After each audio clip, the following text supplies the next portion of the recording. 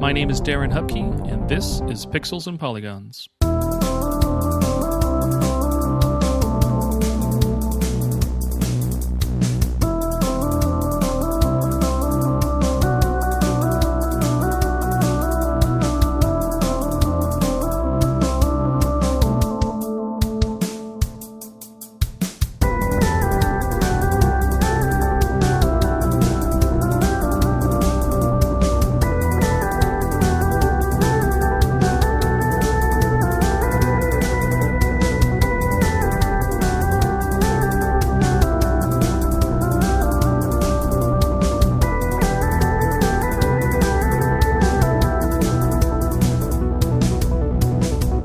Hey everyone, welcome to a new episode of the show. We are now officially part of the Soundstone network, so Pixels and Polygons is on a podcast network. We've got some information that you can find in the links below in the show notes. There's a link to the Soundstone network. I almost forgot the name right off the gate. But you can find a link to the Soundstone network page. We have a giveaway going right now where you can win a bunch of my books and some of the zines, but also a $200 gift card / credit to your platform of choice for like a video game shopping spree. It's free to sign up for. You just subscribe to our shows from the network, newsletters, find us on our social media platforms, and there's a whole Gleam link and everything you can find. Definitely do that. Take advantage of that free stuff, and who doesn't like free games? So check that out at the link below. Other than that, I've got Aaron from SuperPod Saga on again, talking about his console story. This is always a fun question. Well, I guess it's less of a question and more of just hearing the conversation, hearing what and why we love the things that we love. So having that conversation on the favorite console, or one of the favorite consoles, that is the main episode after the break. Otherwise, it's same business as usual. I have some stuff in the works. By the time this comes out, maybe there's some new news on the beat 'em up roller coaster. Hopefully, I'm putting it to recording here, so I really have some confidence and faith that something's going to come through there. But be on the lookout for maybe some new news there. The newest Retro Game Zine issue 5 that covers Breath of Fire, is now available for sale on the physical copies through pixelsandpolygons.net, but you can also get it digitally through my Patreon, and that features a really cool guest contribution from Aidan Moyer. So you've heard him on the show, and if you don't listen to it already, you should listen to his new podcast, Fun Factor. And what else do I got? I think it's kind of the current stuff that's cooking. So I'm working on the new issues of the zine. Still 32-bit Library Volume 5 is still plugging away at. And still the same fun. So if you like what I've been doing, leave a review. You can leave a review on Apple Podcasts or whatever podcast platform you're listening on. That really helps. Even sharing the links with your friends. If you share it on Blue Sky, tag me, and love to see those nice words. If you don't have nice words and you don't like it, maybe you just keep not saying anything, and that's totally fine. But you do you. So enjoy the episode after the break, and we will see you all again in 7 days. Bye.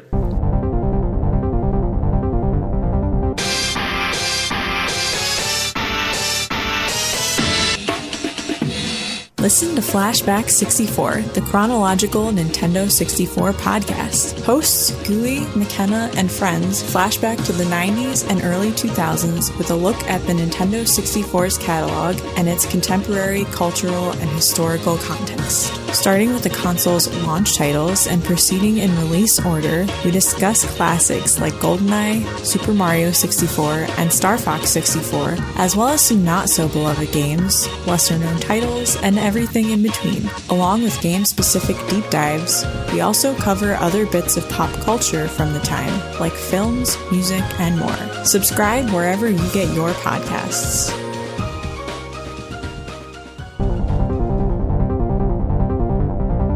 Welcome to Pixels and Polygons, a conversational podcast about video games. We just chat about a single gaming question each episode and try and keep it short and sweet. I call it the perfect podcast between podcasts, since you're likely to listen to a few others. Maybe your commute doesn't have quite enough time to start that next episode, but that's where Pixels and Polygons slots in. I've got a returning guest, I can say now.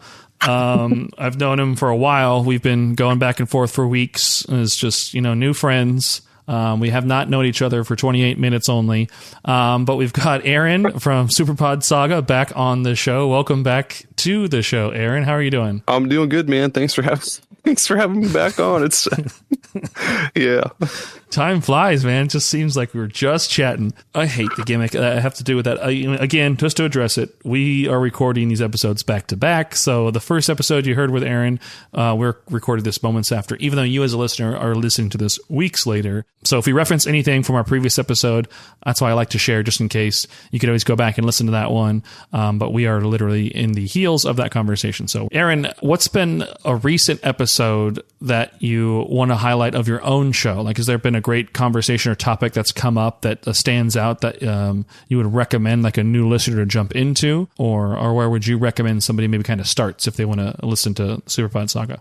Yeah, I think like our most recent episode, we were joined by Brian Rigsby, who does the retro game books, and we talked about the year 2004 and how awesome that was.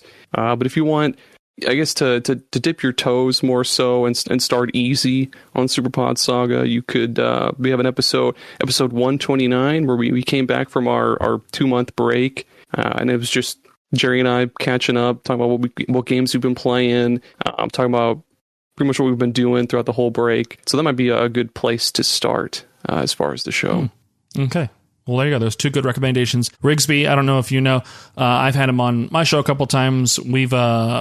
He's sold my 32-bit library books on his site. I just blindly stumbled upon him because I was creating and writing some retro game books. And I was like, man, I'd literally like to meet some other people who sell retro gaming books. And Google showed me the URL of retrogamebooks.com. I'm like, wow, if any place is going to maybe carry these books, I think I should start talking to this person here. We became quick friends. We even did the Portland Retro Gaming Expo last year. We had tables next to each other. So we've been able to kind of cross-pollinate some of our stuff. And so when I started the podcast, he was one of the earlier guests I got on board, and he's come back a number of times.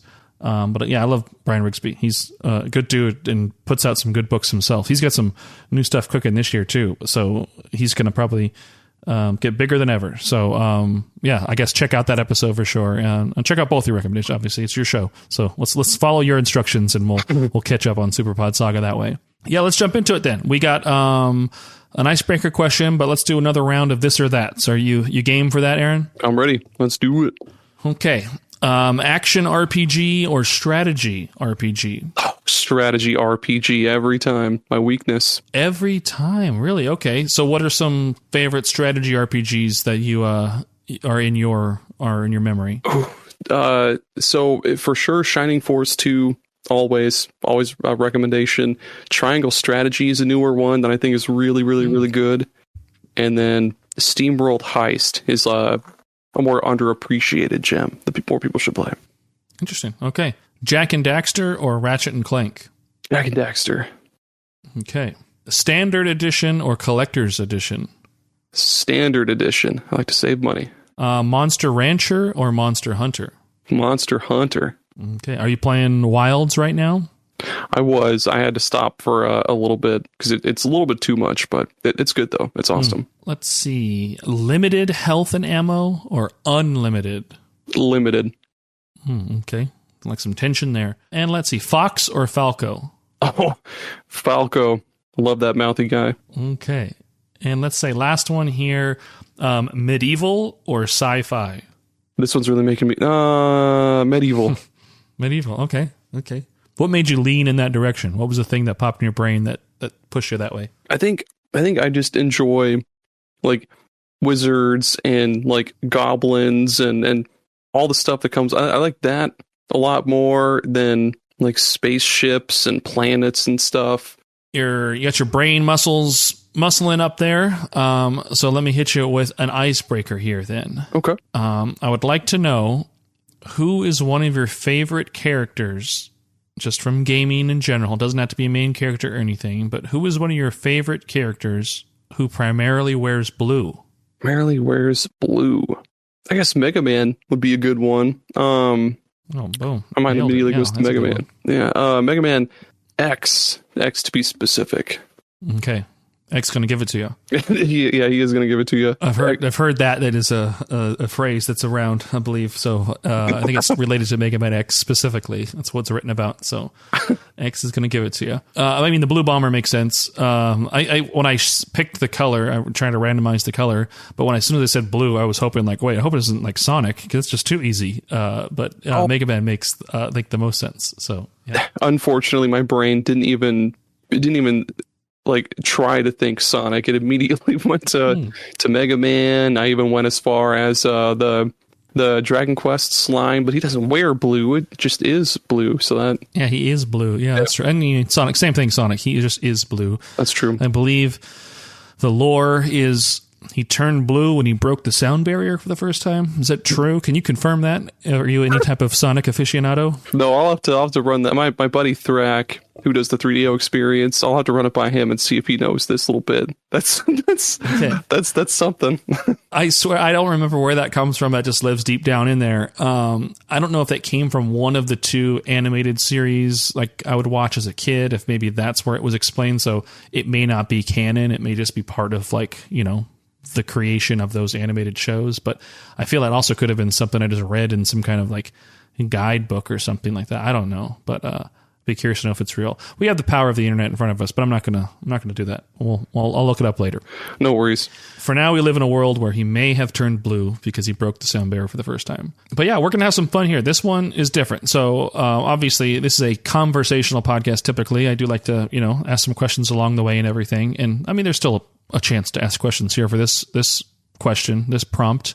But this also is a little bit more personal. So I'd like you to tell us one of your console stories. So what video game console kind of was important or impactful, on your video game experience. Tell us a little bit about the lead up to it, like, how you got it, what games you got with it, what memories you have of it. And then, I'll probably have some questions along the way there. But yeah, what is that console and tell us that story. Probably the most influential console, I'm trying to say. The most influential console to me was for sure the GameCube. I remember getting the black GameCube. It came in a bundle with Metroid Prime, and I forget if it was for my birthday or Christmas, but my dad bought it for me, the whole bundle. No memory card though for some reason, so I couldn't save.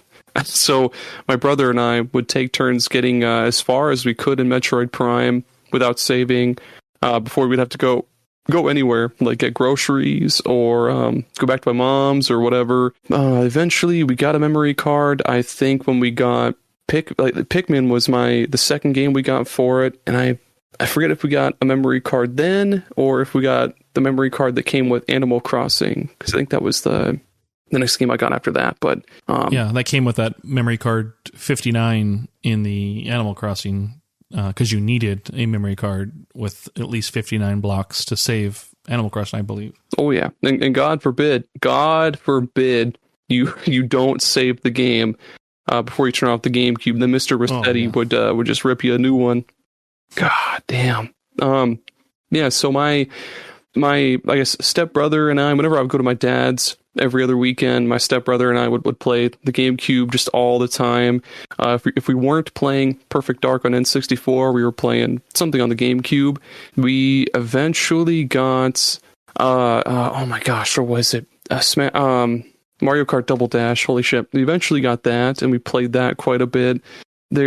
I'm really surprised they haven't ever made another Double Dash, because it was just cool to be able to tag team on the same cart, like swap back and forth and fire up the specials and everything. I remember also coming across Sonic Adventure DX Sonic Adventure.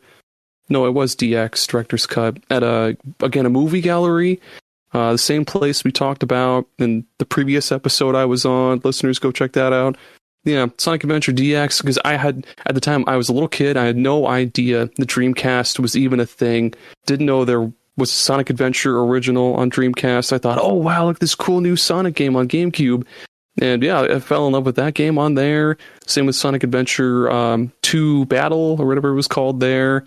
And just a ton of, like, I think I probably spent the most time on Final Fantasy Crystal Chronicles on GameCube. That's a good one. That had to have been the game I spent the most time on. I remember my first character was of the Clavat race, I think is how you say it. CLAVT or CLAVT, I don't know. But named him Crow, and I just flew through the game over and over and over again. Too good. That game was awesome.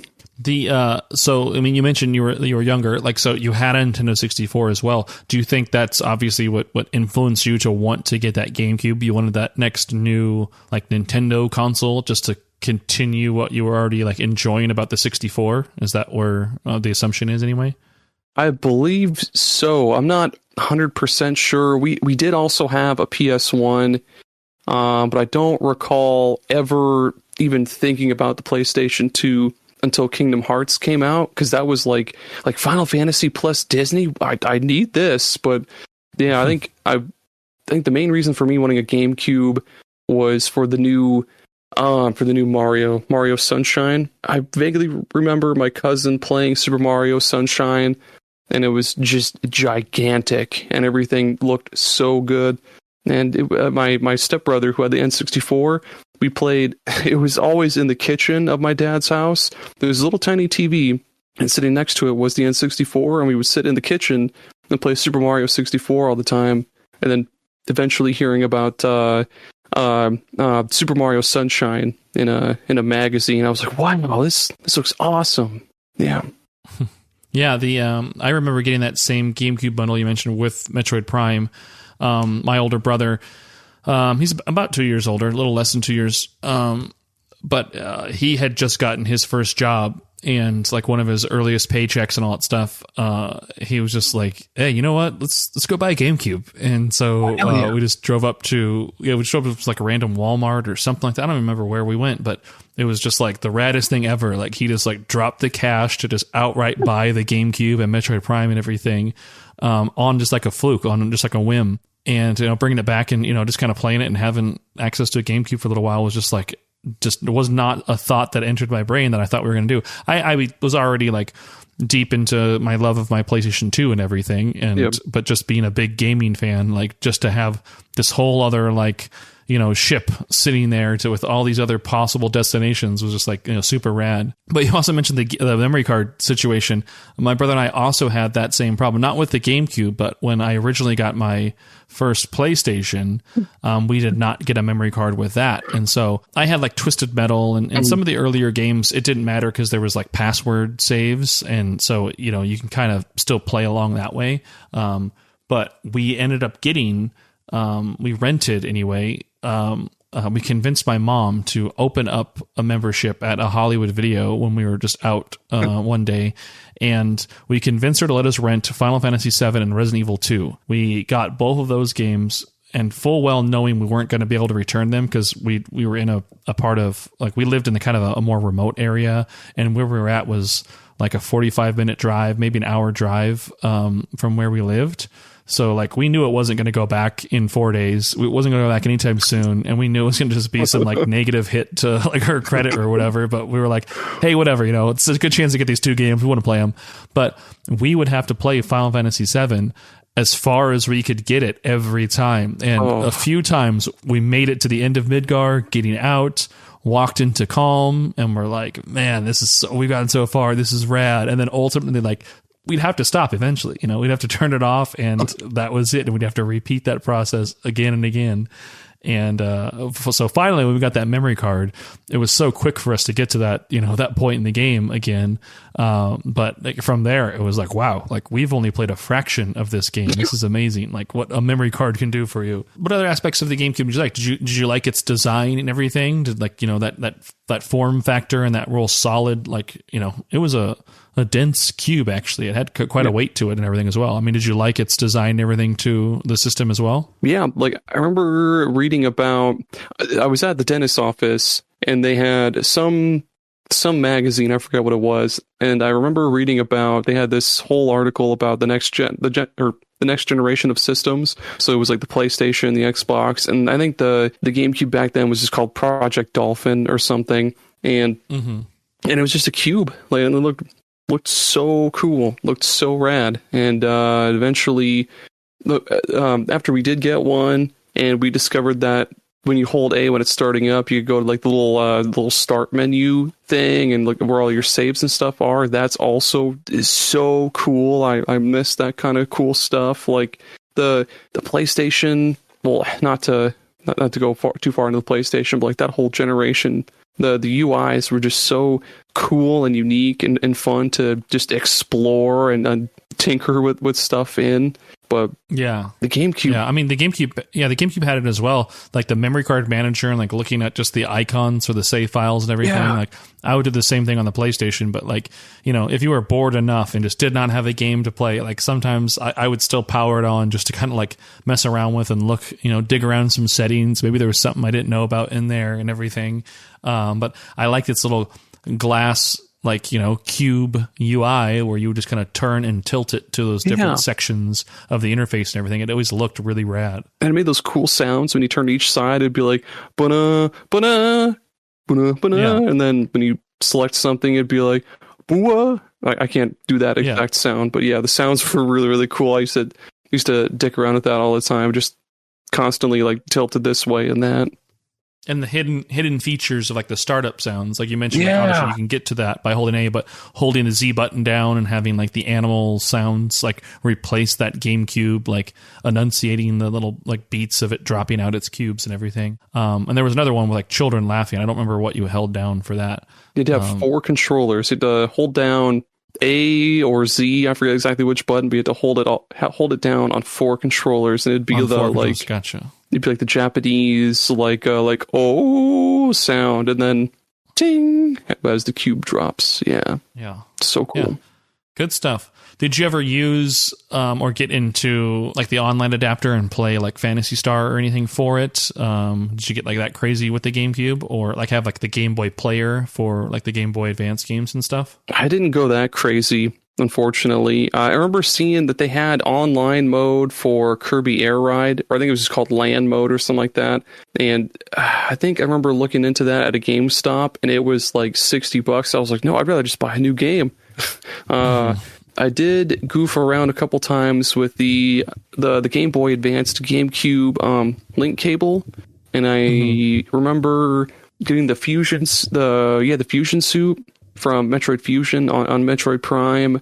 I remember goofing around a little bit with the Chow Garden, I believe, with Sonic Adventure DX to Sonic. I forget what. There's so many Sonic games on Game Boy Advance. I forget which one I had. And then I remember the multiplayer on Crystal Chronicles. It required you to have the Game Boy Advance and the link cable for players 2 through 3. And I goofed around with that maybe a couple times, but I think that. Did you ever play the Four Swords adventure? Was that another one that you ever tried to play? No, I played a little bit of the I think it was just the original Four Swords on Game Boy Advance. I played a little bit of that with some middle school friends, but we never played the one on GameCube. Four Swords Adventure, was that the GameCube one? Yeah, that was like bundled with. Actually, I forget what it came with. Was it one of those collector's discs, or maybe it was Wind Waker itself that actually just had it on there? I don't remember anymore. Actually, that sounds familiar. It might have been. Yeah, the Game Boy Player was one I did love. I put like a lot of miles on that. I mean, I was in high school already at that time, and I had met my now wife in high school, and we were hanging out. So I wasn't going to just completely abandon video games. I would never do that. So I started having a lot more mobile gaming experiences. So a lot of Game Boy Advance, I had an SP, that I would travel around with and everything. And so waiting on the bus to kind of go meet her somewhere, or doing, wherever I was like having to kill time, having that Game Boy Advance, I'd put a lot of hours. So Fusion, Harvest Moon, Friends of Mineral Town, the Mario Advance titles, the Castlevania games. Like, there were so many games you could like play on that SP. But when I'd be able to get home and play it on the Game Boy player, like Mario and Luigi Superstar Saga, it would take advantage of like the GameCube controller's rumble. So you could, if you played it on just the SP, you would never find certain hidden items that were out and about in the world when you explored. But if you played it on the Game Boy player, you could just walk across a patch of grass and suddenly it would rumble. And if you like did a little like dig technique there, you can find like a hidden item. It never was game breaking or anything, but it was neat that they had this like, they had the technology and the ability to potentially enhance these Game Boy Advance games like for GameCube. And I always thought that was really cool, but there's not a lot of games I think that ever really took full advantage of like, hey, you're playing this Game Boy game on a Game Boy player. Hey, here's a benefit that you get for doing so. That is really cool, man. I had no idea they did that with Superstar Saga. Yeah. I've even seen some chaos where people played Crystal Chronicles, but instead of playing it on Game Boy Advances with the Game Boy Advance link cables, they plugged in the Game Boy player to a GameCube, to a TV, used the link cable from that Game Boy player slot because it had the expansion bay to connect to another source. And so you'd have way too many TVs, way too many GameCubes out there. And that's how people were playing the game. It just seems like a chaotic mess, but one, I mean, I guess you could only do with that era of gaming. That's so good. I kind of miss when games had that kind of stuff. Not the chaotic mess, but like the portable to console transfer cable. 'Cause I remember the Dreamcast, you could connect to the not to get too far off topic, but like the Dreamcast and the Neo Geo Pocket Color, they could connect, and you could like transfer points and save data and stuff for new characters exclusively on the Neo Geo Pocket Color version or the Dreamcast version. That kind of stuff is it was so cool. I mean, I don't know if we could ever make it work in today's gaming landscape, but yeah, that shit was just so awesome. Yeah, different era. That's it then. Again, we've arrived at our destination. We've answered the question. Well, we got to hear, at least anyway, the GameCube story, Aaron's GameCube story. Anything else you want to say or plug before we wrap at all, Aaron? Yeah, just go listen to SuperPod Saga. It's just the funny gaming podcast I do with my co-host Jerry. New episodes every single Monday. We're always cooking up new goofy topics. I mean, you can also follow me on Blue Sky. I like to make posts about just random games that I'm playing too. I guess everybody does it on Blue Sky, but yeah, also go play Custom Robo, and yeah, that's it. All right. Cool. Well, I will have the links to the show and or your show and like your Blue Sky handle and everything in the show notes. But it's been really fun chatting with you. I mean, I think the whole point in doing this show for me is to like just meet new people and keep talking about video games. So finding new people to just hear their memories, it just re-triggers memories of my own and everything. So I appreciate you joining along. This for real is the end of our conversation, but I definitely would like to extend an invite out. We'll have another episode in the future if you're down for it. And that will be a fresh recording where we won't pretend to be recording immediately afterwards with weeks in between. Yeah, absolutely, man. Hit me up anytime at all. All right. Right on, Aaron. Well, you have a good afternoon, and everyone, thanks for listening, not for living. Well, I mean, good job in living too, but y'all have a good one. All right. Bye. Hello, we are Kirby Conversations, a podcast on Kirby, along with other adjacent subjects like Smash Brothers, HAL Laboratory, and other related Nintendo games. In each episode, we take an in-depth, well-researched look at a Kirby topic, drawing on our decades of experience playing Kirby games, creating Kirby-related content, and working in and around the video game industry. I'm Sean Douglas. I'm a theater and video game journalist. And my name's Bridget. I'm an online Kirby commentator and collector. Our team also includes photographer and Nintendo ambassador Kai Captain Dangerous Parker and Gigi, the editor-in-chief of Wick Kirby. Join us for deep dives into Kirby's history, interviews with industry professionals, and even inside looks at Nintendo, as together we explore all things Kirby and HAL Laboratory. You can find Kirby Conversations on Apple, Spotify, or wherever you listen to podcasts.